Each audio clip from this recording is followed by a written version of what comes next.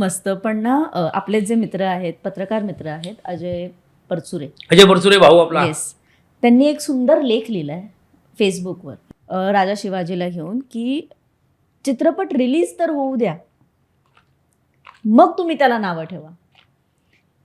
एखादा ट्रेलर बघून किंवा एखादं गाणं बघून त्याच्यावर तुम्ही नेगेटिव्ह कमेंट करताय किंवा तुम्हाला ते नाही आवडत आहे किंवा नाही पटत आहे, रितेशचा राजा शिवाजी चालणार नाही असं खूप जणांचं मत आहे.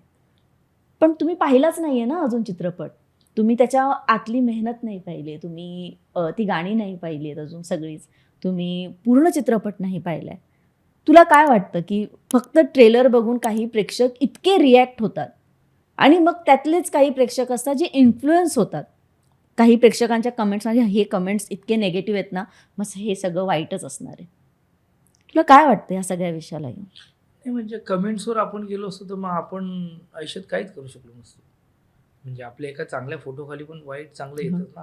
त्यामुळे ते निगेटिव्ह पॉझिटिव्ह असं काही नसतं. तूच बोललीस की सिनेमा आल्यावर बघेलच, पण त्या कमेंटमुळे काही घडत नाही. म्हणजे मी मतं आहेत ना, सोशल टाकलं, कोणतरी आवडलं कोणतरी नाही आवडलं, तर जे आवडले त्यांच्याकडे बघूया, नाही आवडलं त्यांना कुठे येतं, झोपेचं सोंग घेतलेलं माणसाला उठवता येत नाही ना.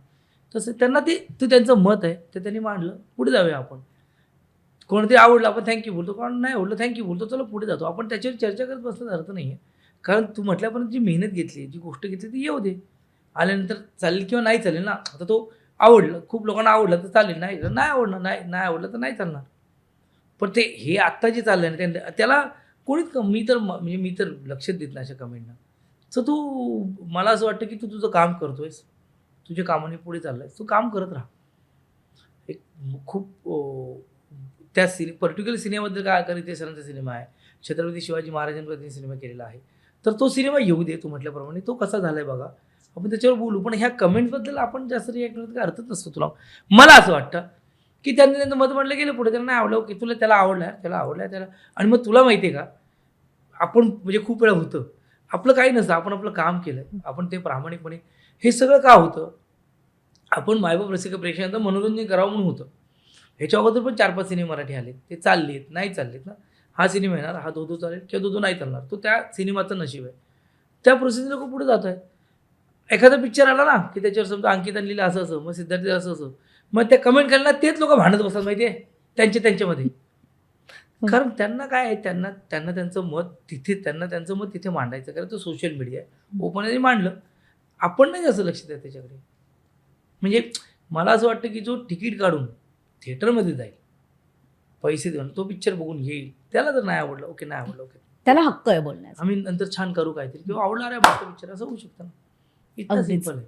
वा. खरं प्रत्येक सिनेमाला छापाकाट असतोच ना. काही लोकांना होतं, काही लोक मला असं वाटतं की त्याच्यात म्हणजे कुठला सिनेमा बघितल्यानंतर प्रीमियरलाच भेटतात ना आपले लोक. काही लोकांना खूप आवडतो, अरे काय पिक्चर. काही लोक होतात इट वॉज गुड, बट ते कलर आणि हे सोड, ही तर अशीच काय म्हणतात ती अशी सोशल मीडियावरची पोरं ज्यांना त्यांनी बघितलं ते कमेंट देतात. अगं आजकाल म्हणजे हे आपण बोलायला नाही पाहिजे, मी कोणाला जज नाही करत, पण जे क्रिटिक्स आहेत यूट्यूबवरचे वगैरे, ते कलर पॅलेट आणि the costumes and saris and all ह्याच्याविषयी बोलतात गं. मला असं वाटतं की कुठल्या तरी दिग्दर्शकाने एखाद्या सिनेमाचं रिव्ह्यू करणं किंवा काहीतरी गोष्ट सांगणं, हे मला पटेल की त्याचा अनुभव आहे. काही लोक येतात की नाही, मी आता रिव्ह्यू करायला सुरुवात केली यूट्यूबवर, मी पिक्चर बघून आले किंवा पिक्चर बघून आलो किंवा आम्ही पिक्चर, कारण ते खूप लोक करत, आणि मग आम्हाला छान वाटलं, मस्त वाटलं, छान वाटलं, आणि आम्हाला हे त्यांनी असं केलं तसं केलं, असं ते बोलतात. तर मला कधी कधी ते असे लिंक येतात ना नाटकाचे, सिनेमांचे रिव्ह्यूसाठी. चांगलं बोलतं नटाला आवडतंच, वाईट बोललं तरी नटाला आवडतं, कारण आम्हाला पण आमची पण ते कुठल्या पद्धतीने मांडताना हे पण खूप महत्त्वाचं. काय वेळेला ना सूरच निगेटिव्ह असतो. करेक्ट. म्हणजे ते सूरच असे करतात. तर मला असं वाटतं की ओके फाईन, हे त्याचं मत आहे, हे त्याच्या मताने काही सिनेमाला म्हणजे काय असतं, त्यांनी जर चांगलं बोललं तर फक्त प्रोड्युसर काय करतो, प्रमोशनसाठी वापरेल, 3 स्टार दिले, 4 स्टार दिले. पण जे ॲक्च्युली लोक खरंच ₹30, ₹40, ₹50, ₹150 ते ₹1000 तिकीट करून जातात आणि ते येऊन बोलतात नाही यार थोडा आणखीन चला व्हायचं होतं, तर आपण समजू शकतो, मी प्रयत्न करू शकतो. एवढंच माझं म्हणणं आहे. त्यात मला काही कोणाला धोपवायचं नाही, काही नाही. अगदीच. प्रत्येकाच्या मताला एक व्हॅल्यू आहे. पण अजयने म्हटल्याप्रमाणे पिक्चर येऊ दे तरी, आणि तुम्ही तिकीट काढून जा. म्हणजे तुम्ही काय केलं, तुमचे पैसे खर्च केले, वेळ खर्च केला, मग तुम्ही बोलू शकता नाही यार मला नाही मजा आली असं. करेक्ट. क्रिटिक्स लोकांचं जाऊ दे, छान आहेत, सगळे मस्त आहेत, त्यांची मतं आपापल्यामध्ये मांडतात, ते मला जाम मजा येते. ते जे कॉमेडी क्रिटिक्स असतात ना, हां. ते मला जाम ते खूप छान मजा घेत करतात ना, ते आवडतं मला. मराठी मनोरंजन सृष्टीमधील मालिका, चित्रपट, नाटक तसेच कलाकारांबद्दलच्या नवीन अपडेट्स जाणून घेण्यासाठी नक्की सबस्क्राईब करा इट्स मज्जा मराठी या आपल्या नवीन यूट्यूब चॅनलला.